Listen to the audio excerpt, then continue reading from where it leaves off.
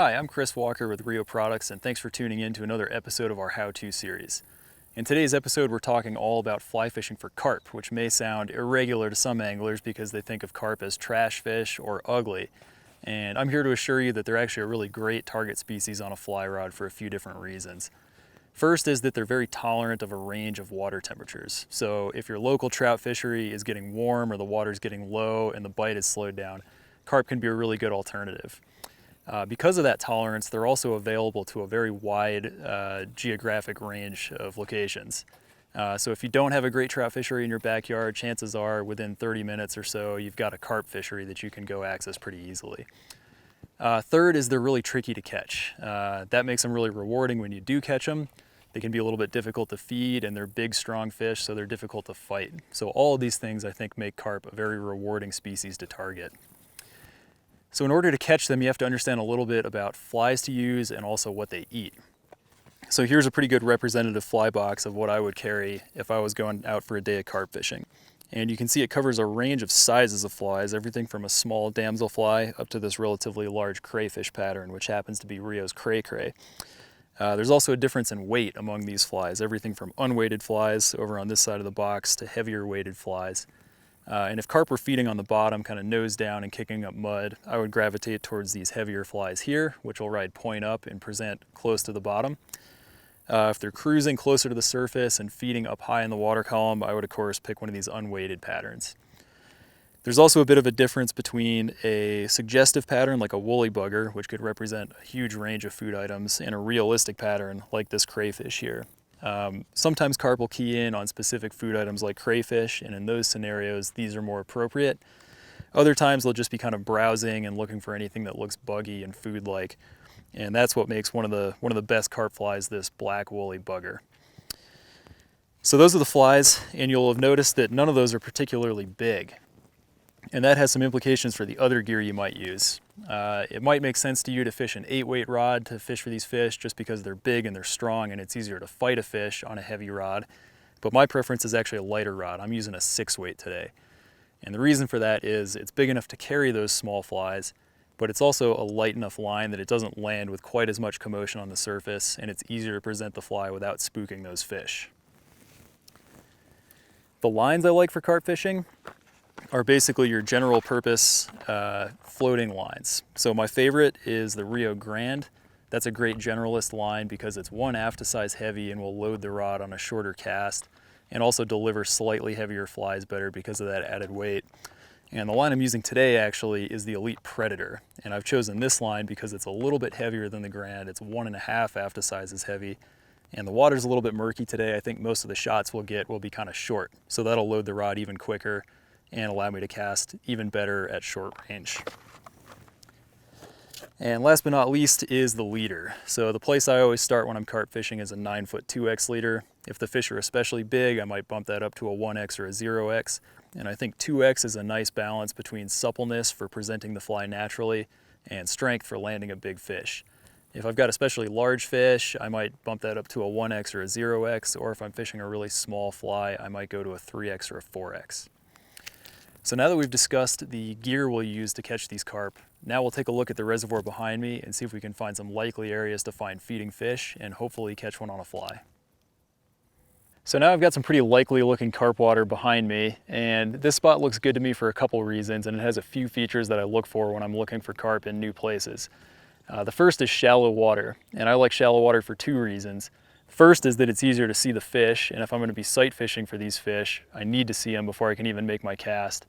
The second is shallow water tends to hold more food for these fish.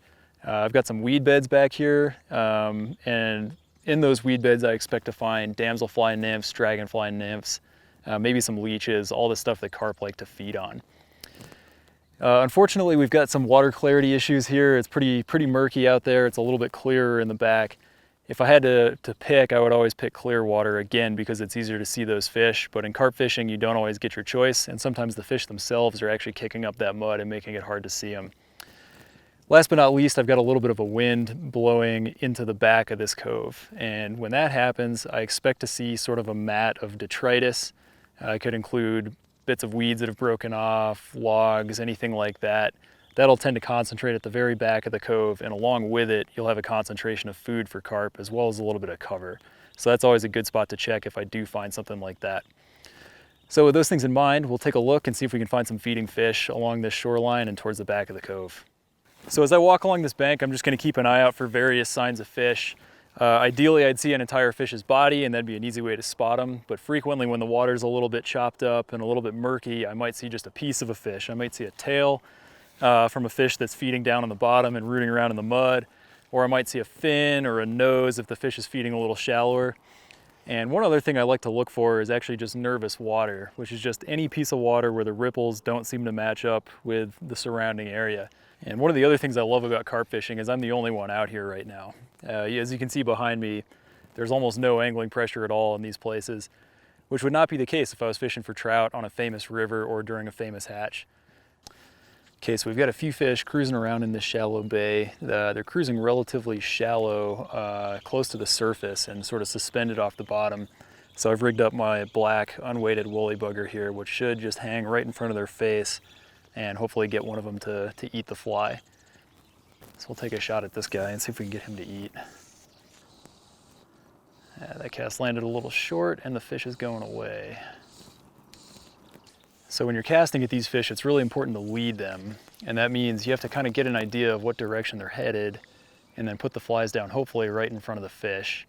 It takes a little practice and a little bit of getting used to how far in front of the fish. It obviously needs to be far enough that the flies don't disturb the fish when they hit the water, but it needs to be not so far that the fish never sees the fly or that you have to wait a long time for the fish to get there.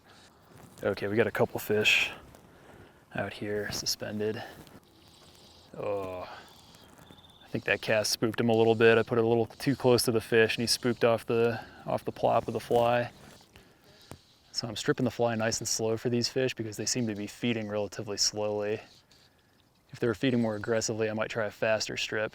So basically I wait till the fish is right on the fly and then just give it a short little strip, 3 or 4 inches maybe. I found that's one of the most effective techniques. Boy, he got a good look at the fly that time and didn't eat it. Might be time to change patterns. I completely ignored it that time. So that black woolly bugger didn't really get it done. I'm not actually seeing what these fish are eating either, which makes me think it's smaller than that. So for the next presentation, I'm going to put something a little bit smaller on there. It's a little damselfly pattern. Nice and sparse. Hopefully the fish like this a little better. So I'm actually going to do a 2-fly rig here where I've got that big woolly bugger in the front and then a much smaller damselfly nymph as the point fly. Hopefully it'll eat that small damselfly, but I'll be able to see what's going on based on that big woolly bugger. So there's my rig. Big woolly bugger up front with that smaller damselfly in the back. Got another fish to throw it at right here. So it's important to remember when you're fishing for carp to strip set when they eat the fly. And there's a couple reasons for that.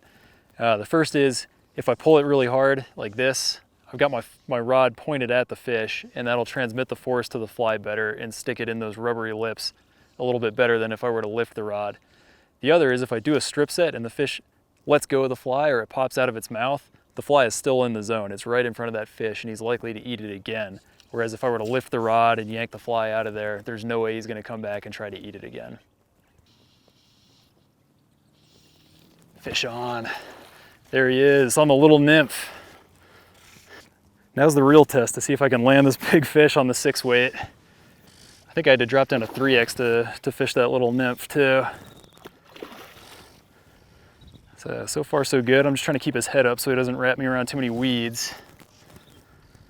And if he wants to run, I'd really prefer to get him on the reel. I think I might just try to spin him up and get him on the reel. There we go. So with light tippet, I want to keep my rod up high like this, and that's because the rod will bend instead of straining the tippet really hard. But what I'm going to do instead is reel down on this fish and keep a low rod angle. And what that does is put more pressure on the fish. He looks like he's about ready because his head's up. Let's see if we can get him in the net.